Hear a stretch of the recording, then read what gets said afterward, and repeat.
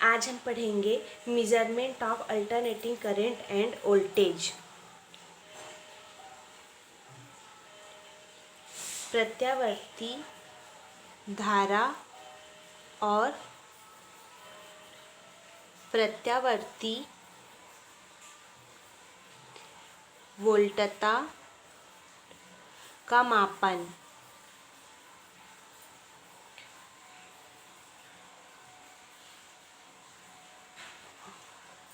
तो दिष्ट धारा को मापने के लिए हम लोग अमीटर और दिष्ट वोल्टता को मापने के लिए हम लोग वोल्ट मीटर का प्रयोग करते हैं। ये उपकरण धारा के चुंबकीय प्रभाव पर आधारित है। जब किसी अमीटर या वोल्ट मीटर में हम लोग दिष्ट धारा डीसी करंट को प्रवाहित करते हैं तो स्थायी नाल चुंबकों के मध्य स्थित कुंडली पर विक्षेपक बल युग्म कार्य करता है, जिससे कुंडली विक्षेपित हो जाती है। अब यदि अमीटर और वोल्ट मीटर में हम लोग डीसी करंट के स्थान पर एसी करंट प्रत्यावर्ती धारा प्रवाहित करें तो पहले हमारा प्रत्यावर्ती धारा का ये क्या है, सिग्नल है। तो पहले अर्ध चक्र में एक दिशा में तथा दूसरे अर्ध चक्र में विपरीत दिशा में प्रवाहित होती है, जिसके कारण कुंडली पर कार्य करने वाला विक्षेपक बल युग्म की दिशा भी क्या होती है, बदल जाती है। तो इस प्रकार प्रत्यावर्ती धारा के एक पूर्ण चक्र में विक्षेपक बल युग्म का औसत मान 0 होता है और कुंडली में कोई विक्षेप नहीं होता है और संकेतक शून्य की स्थिति में ही रहता है। तो प्रत्यावर्ती धारा या वोल्टता का मापन करने के लिए हम लोग क्या करते हैं, हॉट वायर अमीटर और हॉट वायर वोल्ट मीटर का उपयोग करते हैं। ये उपकरण धारा के ऊष्मीय प्रभाव पर आधारित है। ठीक, तो चालक तार में उत्पन्न ऊष्मा उसमें प्रवाहित धारा की दिशा पर निर्भर नहीं करती। उसमें किसी भी दिशा में धारा प्रवाहित करें सदैव ऊष्मा उत्पन्न होगी। किसी तार में उत्पन्न ऊष्मा धारा के वर्ग के अनुक्रमानुपाती होती है। तो जो तप्त तार है, हॉट वायर अमीटर और वोल्ट मीटर के संकेतों में उत्पन्न विक्षेप भी धारा के वर्ग के अनुक्रमानुपाती होती है। तो इस प्रकार प्रत्यावर्ती धारा परिपथ में प्रयुक्त होने वाले अमीटर और वोल्ट मीटर सदैव धारा और वोल्टता के वर्ग माध्य मूल मान को प्रदर्शित करता है। एग्जाम में ये क्वेश्चन पूछा जाता है, प्रत्यावर्ती धारा दिष्ट धारा की तुलना में अधिक खतरनाक क्यों होती है।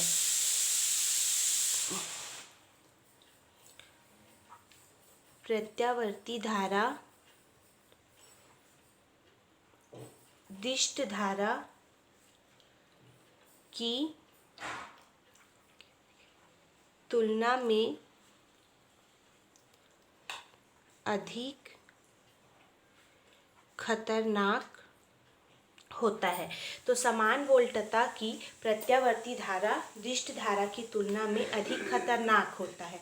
तो घर में हम लोग जो धारा का प्रयोग करते हैं वो धारा होती है प्रत्यावर्ती धारा और इसकी जो वोल्टता होती है वो होती है 220 वोल्ट और यह प्रत्यावर्ती वोल्टता का वर्ग माध्य मूल मान होता है, जिसको हम लोग VRMS से प्रदर्शित करते हैं।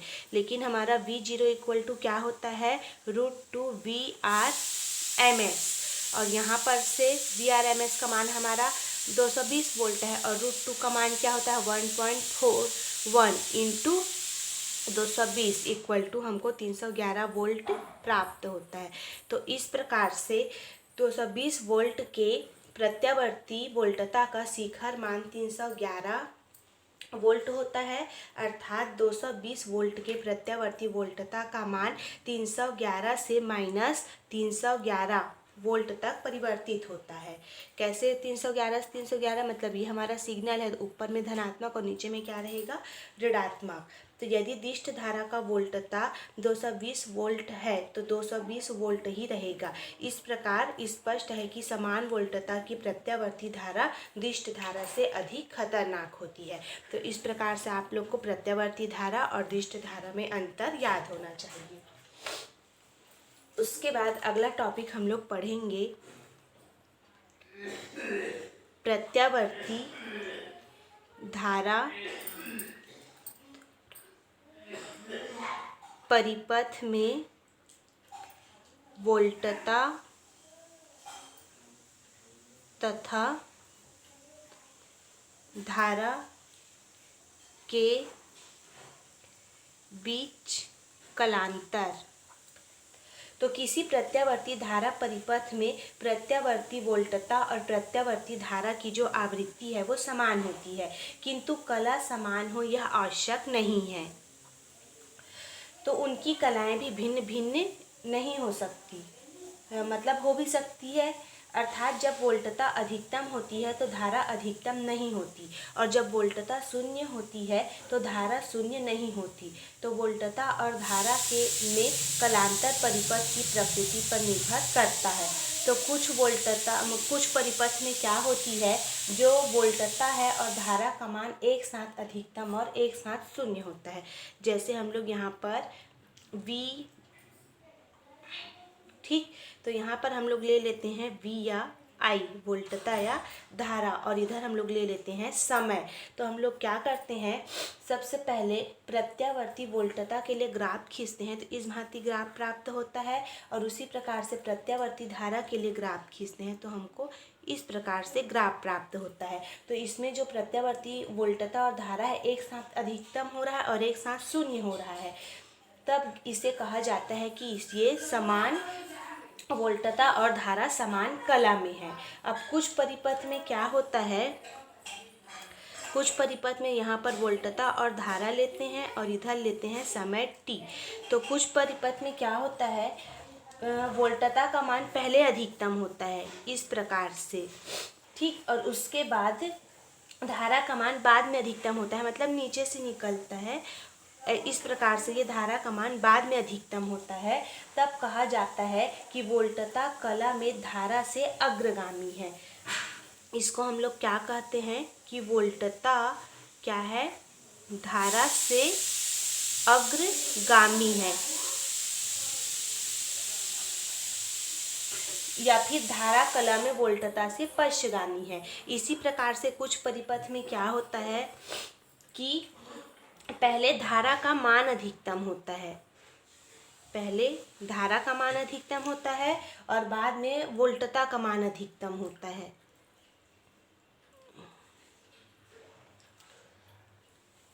इस प्रकार से तब कहा जाता है कि इसमें जो धारा कला मतलब धारा कला में वोल्टता से अग्रगामी है, मतलब धारा वोल्टता से अग्रगामी है, या फिर वोल्टता कला में धारा से पश्चगामी है।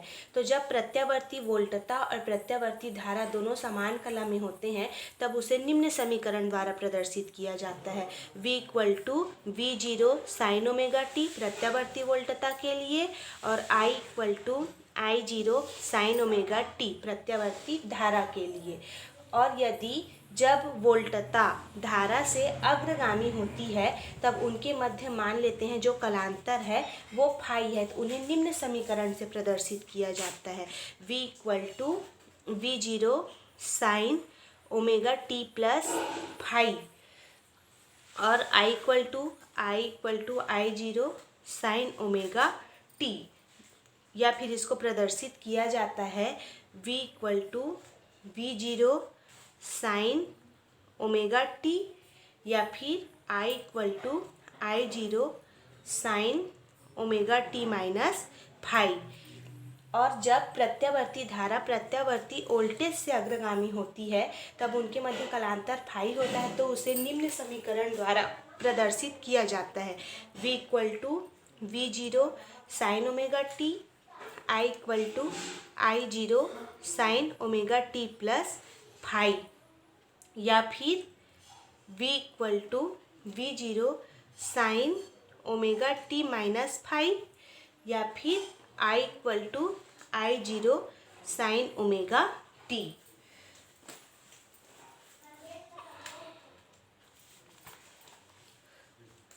अगला टॉपिक हम लोग पढ़ेंगे कला समंजक या फेजर्स।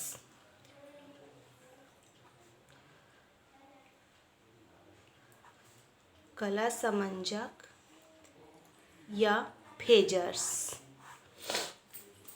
तो एसी परिपथ का सफलतापूर्वक विश्लेषण करने के लिए प्रत्यावर्ती धारा और वोल्टता को हम लोग वामावर्त दिशा में घूर्णी सदिशों I और V के रूप में इस प्रकार व्यक्त करते हैं कि उनके बीच का कोण धारा और वोल्टता के बीच कलांतर के बराबर हो। तो धारा I को हम लोग धारा फेजर और V को हम लोग वोल्टता फेजर कहते हैं। और फेजर एक सदिश के समान होता है जो कोणीय चाल ओमेगा से मूल बिंदु के परितः घूर्णन करता है। यहाँ पर x अक्ष और ये हुआ y अक्ष। यहाँ पर हम लोग धारा I और वोल्टता V को वामवर्त दिशा में इस प्रकार से लेते हैं। तो उस आरेख को जो प्रत्यावर्ती धारा और प्रत्यावर्ती आवृत्ति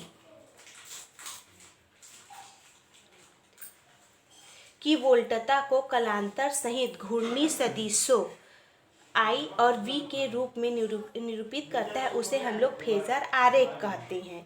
फेजर को वामावर्त दिशा में घूम रही तीर युक्त रेखा से हम लोग क्या करते हैं, प्रदर्शित करते हैं। यद्यपि ये अदिश है कि सदिश, ये कोणीय वेग ओमेगा बनाते हुए क्या कर रहा है, घूर्णी गति कर रहा है। फेजर का परिमाण धारा या वोल्टता के शिखर मान या आयाम को प्रदर्शित करता है।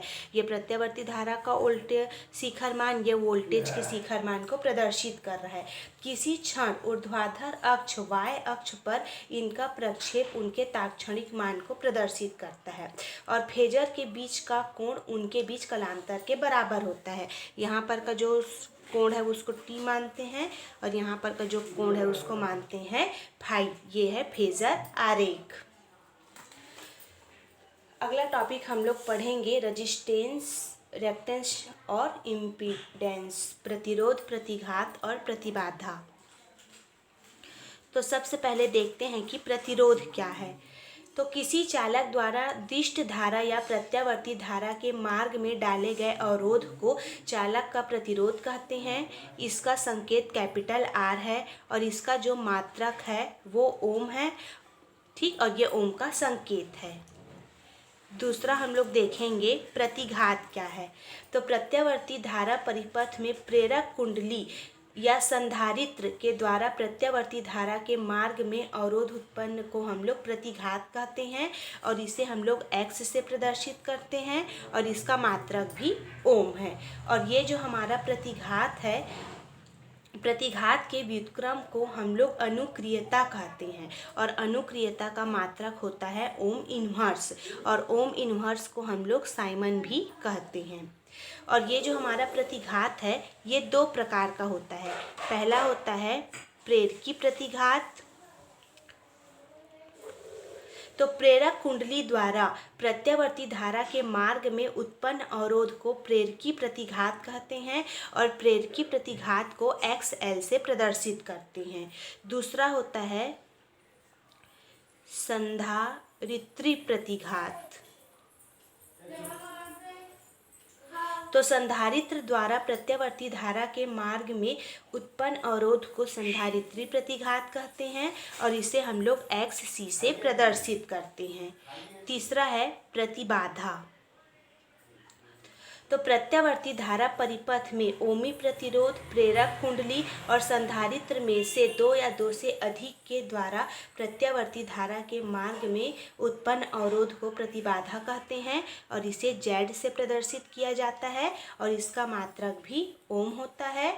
और प्रतिबाधा के व्युत्क्रम को हम लोग कहते हैं प्रवेश्यता और इसका मात्रक होता है ओम इन्वर्स और ओम इन्वर्स को साइमन कहते हैं।